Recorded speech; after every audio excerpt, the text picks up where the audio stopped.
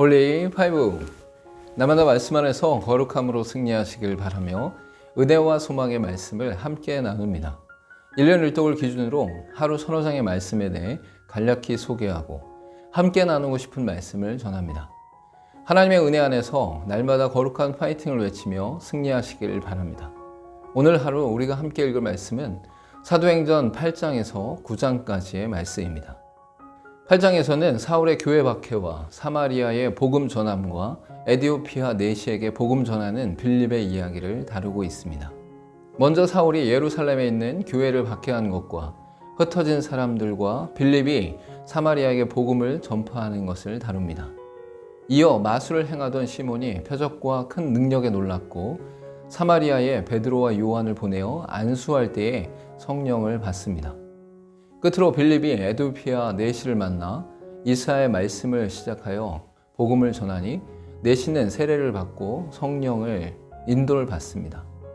핍박과 박해가 예루살렘 교회에 임함으로 도리어 복음의 확장이 일어나는 계기가 되어 사마리아에 복음이 전파되고 있었습니다.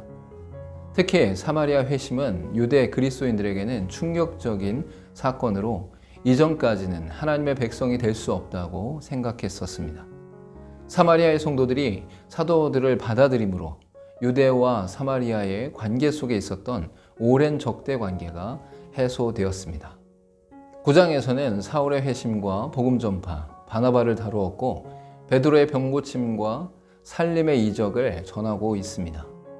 먼저 사울에게 다메섹 도상에서 예수님이 만나주심으로 소명을 받고 아나니아를 통해 눈을 떠지며 회복되어집니다.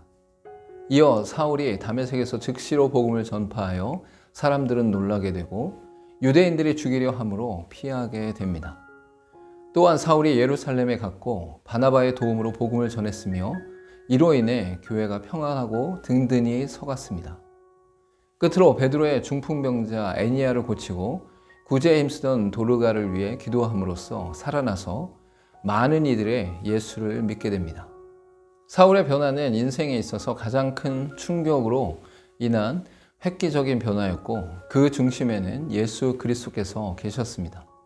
사람의 가치와 인생은 쉽게 변하지 않지만 하나님의 개입하심과 역사하심으로 충분히 달라지고 변할 수 있습니다. 예수님을 기준으로 BC와 AD로 나눠지는 것처럼 예수님을 만난 인생은 완전한 변화의 삶으로 이어집니다.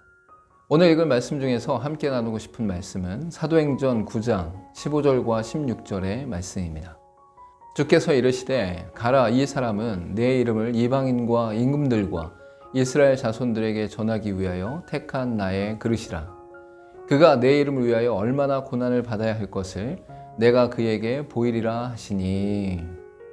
길리기아의 다소 출신인 사울은 가말리엘 문화에서 율법의 엄한 교육을 받았으며 선조 때부터 하나님을 섬겼습니다.